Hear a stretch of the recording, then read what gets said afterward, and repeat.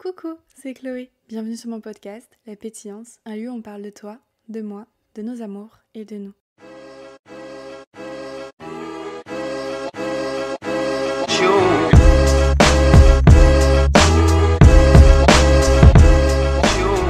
Coucou toi, j'espère que tu vas bien. On se retrouve dans ma cuisine, à mon bar, pour un nouvel épisode de podcast. Toi et moi, avec une tasse de café, il fait super beau, les oiseaux chantent et il fait très bon. Et je me suis dit pourquoi pas, puisque l'été pointe son nez et que le printemps nous quitte, tout doucement, faire une introspection, un petit aperçu de ces choses que j'ai adorées, là, pendant ces 3 derniers mois, exclusivement basées sur le domaine, bon, c'est un peu vulgaire de dire ça, mais c'est un peu ça, du développement personnel. Et bon, comme d'habitude, on va encore un peu se pitcher d'expériences que je garde en fin d'épisode, si ça t'intéresse, qui vont un peu s'articuler autour du cœur principalement. Et avant ça, je me suis dit, pourquoi pas vous partager des choses un peu plus matérielles que vous aussi, vous allez pouvoir, toi aussi tu pourras pleinement t'approprier. Il s'agit de vidéos YouTube, de films, de livres et même d'un TikTok. Donc voilà, bien sûr, et avec grand plaisir de le faire, tu peux m'envoyer tes ressentis à propos de cet épisode et puis toi tes expériences de vie, ce que tu auras pensé si jamais tu écoutes, tu bookines tout ce que je te partage là, si tu as même des recommandations à me faire, mais je n'attends que ça, donc en commentaire sur le podcast, l'insta du podcast ou en DM. Bref, allez, c'est parti. Alors il y a 3 petites vidéos dont j'aimerais te parler que tu pourras trouver sur YouTube. La première est Dire je t'aime de la vidéaste Solange te parle, qui est sortie il y a 8 ans. Solange te parle, pour te donner un petit contexte, elle a été très médiatisée il y a plusieurs années de ça, à cause de ses vidéos, alors j'ai plus envie de dire à cause que grâce, j'ai l'impression qu'elle a été très critiquée, très moquée. Ses vidéos sur la riviérophilie, dans laquelle elle se mettait en scène et elle évoquait le fait d'éprouver du plaisir à être au contact de flux d'eau, de cours d'eau, que ce soit des criques ou des rivières, et donc on la voyait nue ou partiellement nue avec censure, voilà, donc évoquer ces expériences-ci. Ce que je trouve super chouette d'ailleurs, je te les conseille également si jamais ça peut t'intéresser, c'est qu'il y a toute cette dimension de la liaison entre l'homme et la nature qui apparaissent quand on creuse un peu plus. Et finalement, eh bien, le fait que lorsqu'on est en contact avec Gaïa, on se sent souvent, pour beaucoup de gens, vraiment bien, vraiment en connexion avec la nature, mais aussi c'est un retour à soi. Et je trouve que ces vidéos sont d'une grande pureté, très vulnérables, un peu primaires, un peu primates. Et voilà, je te les conseille. Et donc moi, je voulais surtout te parler de Dire je t'aime, qui est très courte et qui vient simplement vulgariser en fait à travers le personnage de Solange dans toute sa splendeur. Solange, c'est un personnage inventé qui tient du coup la chaîne YouTube parce qu'en fait c'est une facette de Ina. Ina, c'est son vrai prénom et donc elle a décidé d'exploiter la Solange qui est extraordinaire. C'est un mélange entre l'adulte et l'enfant, un entre-deux assez superflu et super distinct en même temps, du fait que quand elle parle dans ses vidéos, celle-là en fait partie également, elle a une voix qui est très enfantine, on dirait qu'on est en compagnie d'un enfant de 3 ans avec des grands yeux qui papillonnent, une petite voix fluette et une petite moue, et en même temps il y a un vocabulaire si riche qui est utilisé, des réflexions si profondes qui sont mises en lumière, avec des développements, et puis évidemment il y a toute une structure de la pensée faite en amont pour qu'il y ait un fil conducteur cohérent et logique, voilà, qui est donné à voir ensuite au public. Donc t'inquiète pas, t'es pas face à un gros n'importe quoi, bien au contraire. Et donc Dire je t'aime, ça va être le fait de vulgariser justement ce je t'aime. Lui ôter un peu cet aspect très amour, très amoureux, je l'entends. Pour finalement le dire à des moments un peu plus banaux, je sais pas, banals de la vie. Par exemple, T'es super belle aujourd'hui, je trouve que le rouge sur les joues te va à merveille. Ou waouh, je ne pensais pas que tu ferais ça. Merci, ça me touche tellement. Merci d'avoir pensé à moi. Je t'aime. Je sais pas, par exemple, oh, purée, c'est dingue, mais t'as été tellement courageux, quoi. Je t'aime. Vous voyez, ça va être remplacé finalement un compliment, en tout cas une monstration d'amour, que ce soit un compliment, que ce soit une validation, que ce soit de l'admiration, pour finalement faire un retour à ce qui est à la racine de tout ça, c'est-à-dire le fait qu'on aime la personne, ou en tout cas on aime son action, on aime sa façon de percevoir les choses, on aime, bref, là à l'instant T. Et je trouve que pour quelqu'un qui sacralise énormément l'amour et le sexe, et bien finalement d'avoir un peu adopté cette chose-là, de l'avoir un peu ancrée dans mon quotidien, en tout cas essayer de dire je t'aime pour, vous savez, ben justement remplacer quelque part toute une phrase qui pourrait être un compliment, et ben l'effet de surprise provoqué chez l'autre, parce que c'est vrai que c'est un peu déstabilisant quand même, est super doux. Est super doux en effet miroir, et enfin je sais pas, j'adore. Je vous la conseille si vous avez quelques minutes devant vous.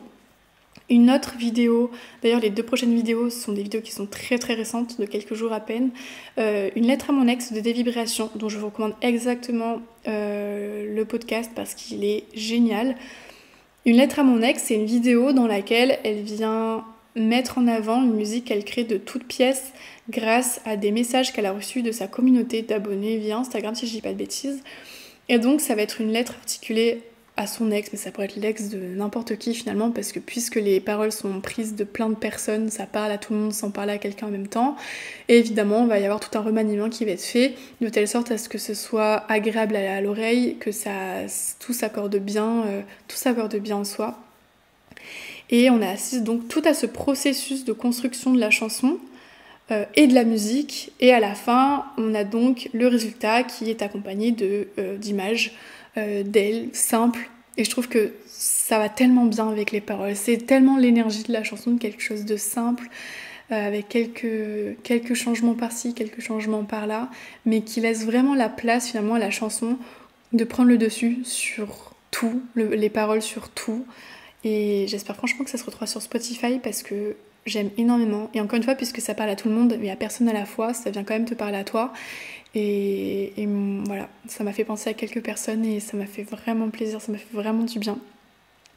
Et ce qui est réconfortant, et j'arrive sur la dernière vidéo YouTube de Camille Laurent qui s'appelle « C'est pour ça que tu tombes sur des connards », ce qui est intéressant, c'est qu'en fait, mine de rien, on a l'impression à travers, là pour le coup, des petites phrases qui ont servi à créer la chanson via Davy, et autant les témoignages de la vidéo de Camille Laurent, on a l'impression qu'on vit toutes un peu les mêmes choses. On fait toutes face à des problématiques qui ont l'air d'être les mêmes, ou en tout cas très similaires. On a l'air de toutes avoir fréquenté des types vraiment de personnalités masculines, parce que j'ai l'impression que c'est beaucoup de nanas hétéros qui envoient tous ces messages, etc. Qui ont l'air vraiment d'être... On dirait qu'on a fréquenté le même homme, quoi. C'est dingue. C'est rassurant et en même temps pas du tout à la fois. Mais je me dis, évidemment, si on vit les mêmes choses et qu'on peut, grâce à ce genre de contenu-là, s'entraider, se faire part, comme un peu le podcast, en fait, finalement, de conseils, de recommandations, de ci, de ça, ne serait-ce que d'écoute, l'impression de aussi se sentir comprise et entendue, ou comprise et entendue, et ben, bénéf, mais on pourrait quand même bien... comment dire, ne pas vivre certains trucs, parce que franchement il y a des trucs, mais on s'en passerait carrément. Et donc là dans cette vidéo, pareil, ça va être finalement du contenu question-réponse, où Camille est en compagnie d'une autre nana, je sais plus comment elle s'appelle, et déjà le duo est bon, le duo est drôle, le duo a plein de choses à dire. Il y a énormément de légèreté en plus le cadre est canon, il y a énormément de légèreté qui émane de cette vidéo aussi. Pareil, le voc de Camille, pour moi qui étudie la psychologie, j'ai trouvé assez chouette, assez perspicace finalement, parce que même s'il n'y a pas des concepts qui sont formulés en tant que tels, même s'il n'y a pas du contenu scientifique qui a été dit en tant que tel, il y a quand même des idées premières qui effectivement découlent de certaines notions clés de base, ou alors carrément plus élaborées, de psycho. Et ça, je sais pas si elle en avait conscience ou pas, mais ça, super chouette. Moi j'ai adoré. Et donc voilà, donc ça vient tourner autour de la thématique de l'amour et je trouve que le titre, c'est pour ça que tu tombes sur des connards, résume extrêmement bien l'idée du contenu. Si jamais vous voulez passer un moment fun et peut-être que ça vous servira en soi, je vous conseille cette vidéo. Petit aparté à propos de TikTok. Il s'agit d'un TikTok de Hunter Prosper, qui est un monsieur qui interviewe dans la rue. Dites-moi ce que vous aimez bien comme contenu, vous, sur TikTok. Moi, je sais que j'adore tout ce qui est recettes de cuisine, tout ce qui va être déco. Ce genre d'interview aussi, j'aime beaucoup. Quand il y a un contact avec autrui et qu'on apprend une histoire d'un inconnu, c'est exactement ce concept aussi, d'Hunter. J'adore. Et puis bon, tout ce qui va être actualité, j'aime beaucoup aussi. Et donc là, ça a été une interview, alors je ne pourrais pas vous dire laquelle parce qu'on n'a pas accès à l'identité des interviewés, mais avec une vieille dame de 94 ans qui donc raconte son premier amour. Et je pense que beaucoup d'interviews de cet homme sont comme celle-ci, mais évidemment c'est super poignant, évidemment ça fait rêver, évidemment on est touché par la sensibilité de l'interviewée et puis tous ces souvenirs qu'elle évoque, et puis on sent dans ses yeux que son mari, comme elle le dit si bien, a été est toujours son âme sœur et qu'il y a toujours eu que lui, quoi. Et donc voilà, c'est une chaîne que je vous recommande. Si vous en avez d'autres de ce style-là, me conseillez. Je suis également preneuse parce que c'est typiquement le genre de choses qui moi m'intéressent, les histoires de vie des gens. J'adore. Je pense que j'ai bien choisi ma branche. Ensuite, je passe à la catégorie film, livre. Vite fait, un film. Ça a été un film que j'ai vu là très récemment au cinéma parce qu'il vient en même temps de sortir. C'est Jeanne du Barry de Mai Wen. J'aime énormément les films d'époque. D'ailleurs, je vous conseille ceux de Bertrand Tavernier, La Princesse de Montpensier, qui est exceptionnel, incroyable.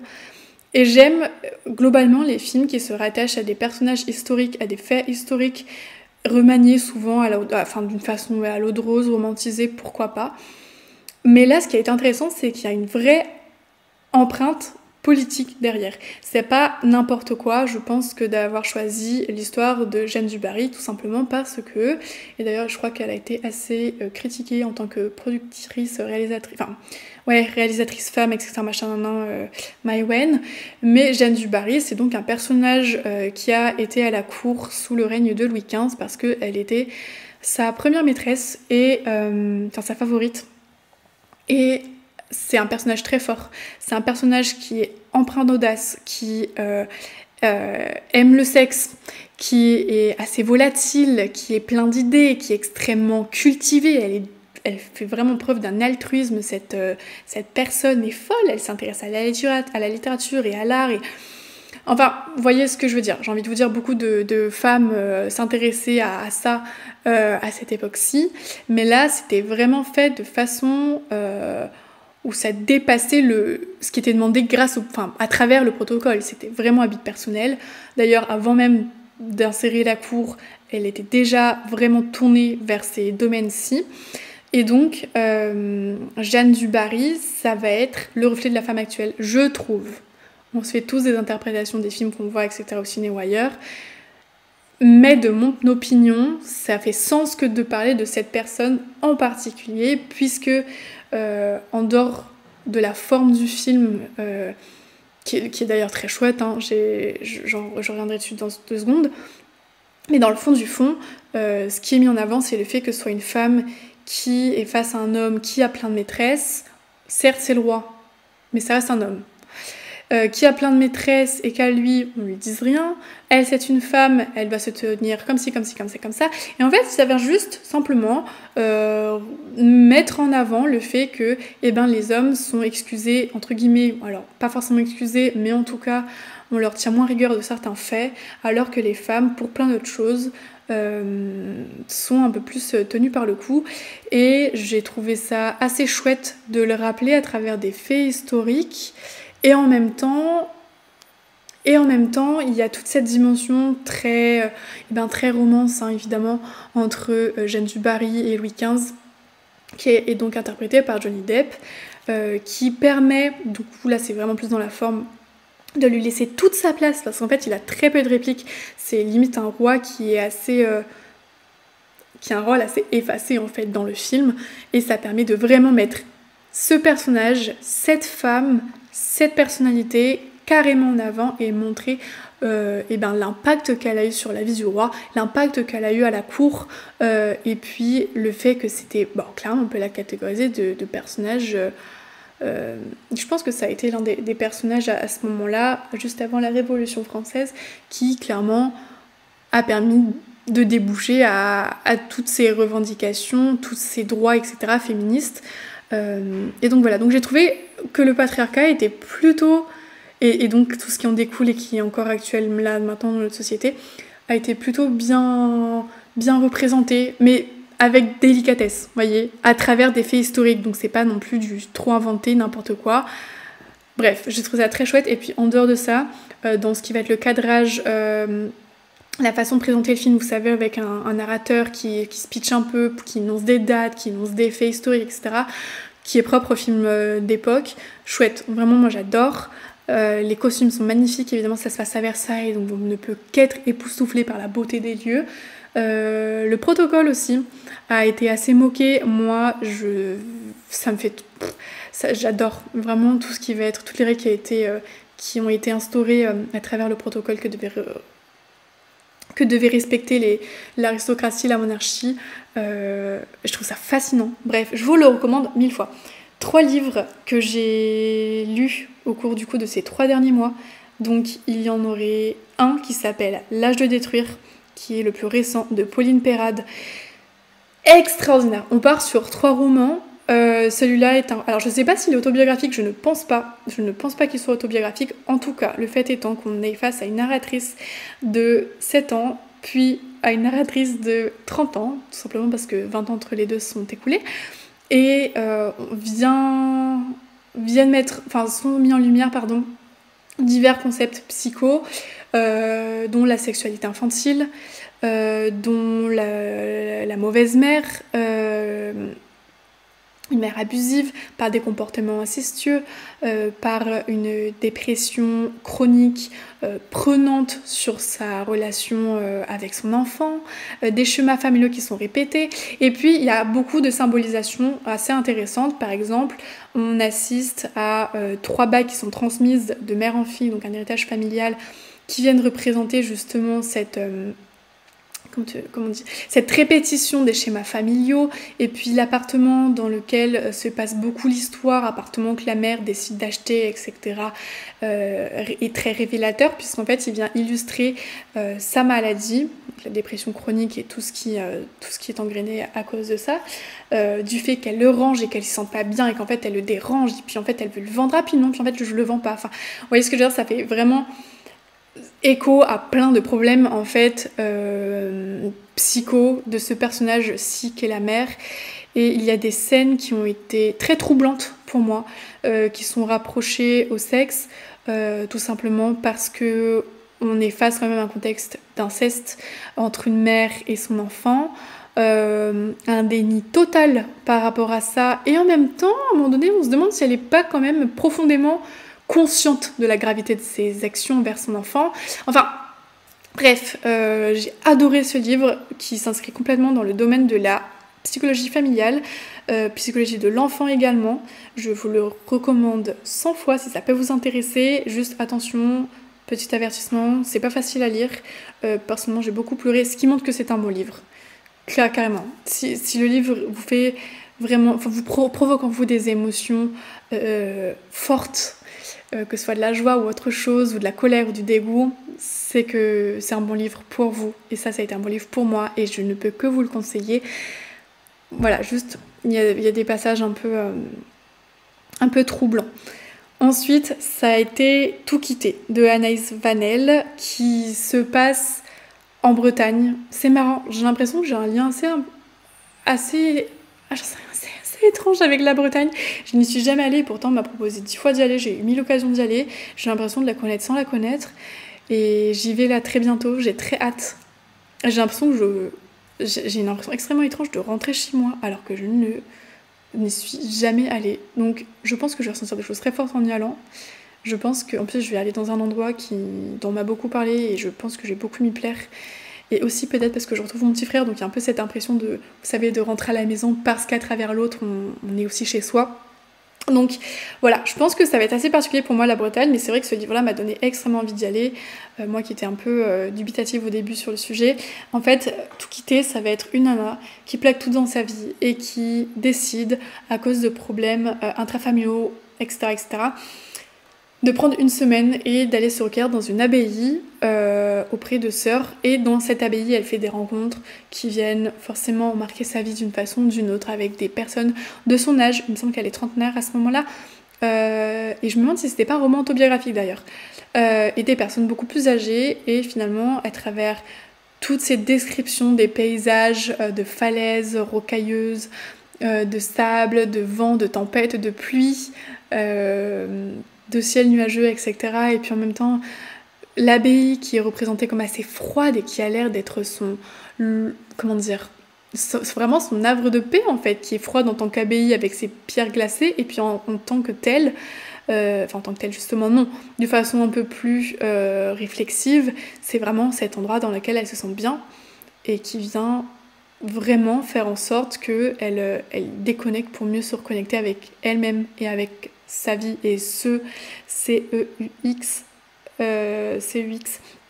qui viennent faire sa vie. Je vous le conseille si vous voulez vous aussi avoir l'impression de prendre un peu le large et voilà, faire un pas de côté pour mieux vous retrouver. Super chouette. Ensuite, Ressac de Digli, là je suis sûre à 100% que c'est un roman autobiographique. Et pareil, ça va être je m'abandonne pour me retrouver. J'abandonne tout, ma vie, moi d'avant. Et là, pour le coup, elle quitte Paris pour se retrouver pendant un temps. Je sais pas si elle y habite encore. Sur la côte basque, vers Biarritz, pardon. Et donc, sa vie est rythmée d'une autre façon. Alors, rien à voir, mais pourtant, la démarche est la même. Le processus est entre guillemets le même. Et ça va être du coup du surf, des nouvelles rencontres pareilles, un nouveau rythme de vie. Et c'est écrit un peu à la façon d'un journal, avec une certaine prose, il me semble. J'ai eu un peu de mal par moment, j'ai trouvé ça un peu... je suis en mode, ah non, moi j'avais pas forcément envie de lire de la poésie, de la prose, j'avais vraiment envie de trouver un roman. Et finalement, j'ai été embarquée très vite dans l'histoire et j'ai juste adoré. Et pareil, c'est vraiment un roman lumière où quand tu en sors, quand tu as fini ta lecture, tu te dis... Ok, j'ai l'impression d'avoir voyagé, j'ai l'impression d'avoir fait le ménage en moi, d'avoir voyagé et de m'être retrouvée en même temps. Et c'est un... Enfin bref, je vous conseille ces trois-ci en tout cas. Petites choses super banales qui ont fait ma vie ces derniers temps. Après, je passe aux réflexions. Ça a été... Je sais pas quelle importance, quelle place a pour vous la nourriture dans votre vie. De mon côté, en tout cas actuellement, j'ai eu beaucoup de mal, là ces 3 derniers mois, à avoir une relation saine avec mon alimentation, tout simplement parce que j'ai traversé des épreuves, n'importe quoi, des moments de vie. C'était clairement des épreuves assez compliquées, qui ont réveillé en moi un certain stress, beaucoup d'angoisse, des problèmes un peu de sommeil, des cauchemars par-ci, des cauchemars par-là, et puisque quand ça ne va pas, je ne mange pas, et c'est vrai que j'ai eu un poids assez fluctuant. J'ai été assez touchée par ma relation sentimentale dont je vous parle dont je vous parle dans mon dernier épisode, Raphaël, et j'attends des retours supplémentaires. J'en ai déjà certains, mais avec grand plaisir d'attendre des retours supplémentaires et que vous me partagiez vous aussi vos situationships avec grande joie. Et donc voilà, ça, et puis le stress des cours et tout, ça a été, puis autre chose, ça a été un grand milli-milo. Mais mine de rien, j'ai pris un malin plaisir à me faire souvent des pancakes. Ça a été un bonheur. D'ailleurs, j'ai tout le temps de la pâte à pancakes carrément chez moi, maintenant, tout le temps dans mon frigo. Mais j'adore ça, ça a été un vrai bonheur et je vous en fais part en tant que favori du printemps, parce que ça a été réellement ça, le plaisir de me faire typiquement ça au petit déjeuner, le plaisir de prendre ce temps pour moi, de cuisiner pour moi. Bon, ça c'est toujours le cas, mais vous voyez vraiment quelque chose qui vous fait foncièrement plaisir. Et puis, puisque j'ai une alimentation qui est assez saine en soi, c'est vrai que des pancakes, je peux en manger tous les jours, parce qu'il n'y a pas réellement de graisse, il n'y a pas réellement de pas de sucre. Donc voilà. Le café aussi, j'ai redécouvert le café, moi qui n'en buvais pas tant que ça déjà avant, et plus depuis un moment. C'est vrai que je me suis pas mal dopée au café pour mes examens, etc. Et je sais pas, j'ai l'impression d'être un peu adulte quand je bois du café maintenant. Et je trouve ça super agréable. J'ai l'impression que c'est vraiment des petits rituels du matin que je suis venue mettre dans mon quotidien et qui me rendent super heureuse. Et si je les fais pas, c'est pas grave. Mais quand je les fais, je suis super contente et je sais que je m'apprête à passer une bonne journée, ou en tout cas je passe un bon début de matinée. Bref, on entame ensuite les réflexions. J'en ai eu deux qui s'articulent autour du cœur. La première est le fait que j'ai aimé extrêmement fort Raphaël, dont je vous fais part du coup dans l'autre épisode. Et donc j'ai été amenée à aimer quelqu'un mais de façon immensissime, et en fait je me suis rendu compte qu'à travers cet amour j'ai souvent dépassé mes limites de la façon dont on me parle, de ce qu'on peut me dire, de ce que je suis prête à tolérer, de ok, mais alors ça pour moi c'est pas ok, genre là j'ai l'impression que dans cette relation là j'ai quand même besoin de, enfin, évidemment comme de tout on a des limites, là moi le fait que ça t'as pas envie de le faire ou quoi que ce soit, et que du coup pour toi c'est comme si, et que voilà, on se puzzle pas d'une certaine façon ou d'une autre, et le fait que je sois venue dire ok à plein de choses, et que bref il y a plein de choses, de toute façon l'histoire vous l'avez en soi plus ou moins, ça a arrivé chez moi pas mal de crises d'anxiété. J'ai recommencé à en faire quelques-unes par-ci par-là, pas que pour ça mais aussi pour ça. J'ai beaucoup pleuré, j'ai certes évidemment été très heureuse et trop bien, trop chouette heureusement, mais c'est vrai que je me suis énormément reposée sur mes ressources pour aller bien là ces derniers mois qui étaient assez éprouvants en soi, et sur mes amis et ma famille, et c'est là où finalement je me rends compte c'est dans ces moments vraiment précis où je me rends d'autant plus compte qu'avoir un entourage, quelques copains, quelques copines en or qui viennent vous soutenir, et même s'ils sont pas d'accord avec vous sur tout, Dieu merci qu'ils ne le soient pas, qui viennent justement vous permettre de vivre la relation, la situation au mieux. Comme ça je suis juste trop contente. Ça m'a fait me remettre aussi cette histoire en question sur pas mal de choses, sur la façon sur ce que j'attends dans une relation. Ça a été beaucoup plus de confirmation finalement que de ah non en fait je suis mieux comme ci comme ça. Ça a été beaucoup de... j'ai vraiment réalisé en fait que parfois on est juste très différents et qu'il faut pas forcer les choses. Je suis en train de vous dire un truc complètement bidon. Moi j'ai jamais été réellement confrontée à ça dans ma vie, en tout cas pas de façon si prenante que là. Et parfois c'est juste que personne n'est con, personne n'est fou, personne n'est une mauvaise personne, je déteste ce terme. Personne n'est rien du tout de plus ou de moins que l'autre. On est juste deux individus et on a du mal à se puzzler parce que nos attentes sont différentes. Combien même on s'aime et combien même on pourrait s'assembler de parfaitement, et peut-être qu'on pourrait être nos âmes sœurs, mais qu'actuellement en tout cas on n'est pas sur la même longueur d'onde, parce que il y a des concessions qui sont... Je pense qu'en amour il y a toujours des concessions à faire. On ne peut pas être main dans la main avec une personne complètement différente de nous en soi, avec un autre être vivant, et que tout se passe au mieux et qu'on soit toujours d'accord l'un avec l'autre. Et heureusement, sinon ce serait vraiment chiant. Mais voilà, des fois on est juste pas prêt pour les mêmes choses, pas envie des mêmes choses, et parfois ça marque trop de différence pour que ça aille, et parfois il y a des comportements qui sont tellement irrespectueux et trop équivoques pour que ce soit assez stable aussi pour continuer. Pas mal de remises en question, et je trouve ça super chouette, et ça m'a permis donc de faire preuve d'énormément de relativisme. Alors ça, pourtant je suis quelqu'un qui est assez positif, je pense, dans la vie de tous les jours, et qui fait preuve de relativisme, certes, mais alors là, j'ai l'impression que depuis plusieurs semaines, je suis en mode ok, c'est pas grave, genre ok ça va pas, ok y a ça qui te prennent la tête et qui te prend le cœur, et c'est pas le plus beau moment de ta vie, la plus belle journée de ta vie, mais c'est ok, c'est pas grave. Tu peux toujours en parler à un tel, tu peux toujours faire ci pour te faire du bien. De toute façon, dans tous les cas, ça va passer. Il n'y a rien qui va stagner là de tout ça. Les émotions, c'est passager. La situation est passagère. Si c'est pas cette personne, grand bien te fasse. Heureusement pour toi que ça en va être une autre qui qui verra plus ta valeur, qui prendra plus soin de ton cœur, qui te verra plus comme tu es, qui s'intéressera plus à toi, qui voudra vraiment construire quelque chose avec toi et avec qui ça se passera trop bien et à qui tu pourras dire je t'aime, voilà, et qui te rendra ce je t'aime de façon pure et sincère. Et donc voilà. Et donc j'ai l'impression qu'en faisant preuve de ce relativisme-ci, j'ai l'impression de grandir et de vraiment mûrir.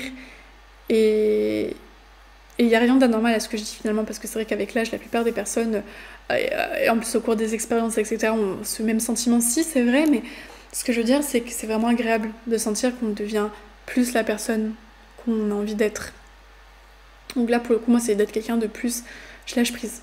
Ok, il m'arrive ça, ouais, j'ai super mal, ouais, je pleure à mort, ouais, je suis là, je me roule en boule et je chiale et j'appelle mes copines et j'appelle ma maman et j'en sais rien, je vais au cinéma toute seule comme il y a 4 jours, je vais faire du shopping, je lis des livres et machin, parce que ça me permet de respirer un coup, mais en même temps, malgré toutes ces ressources-ci, je sais foncièrement que ça va aller et en plus je mets tout en place pour que ça aille. Donc ça c'est trop chouette.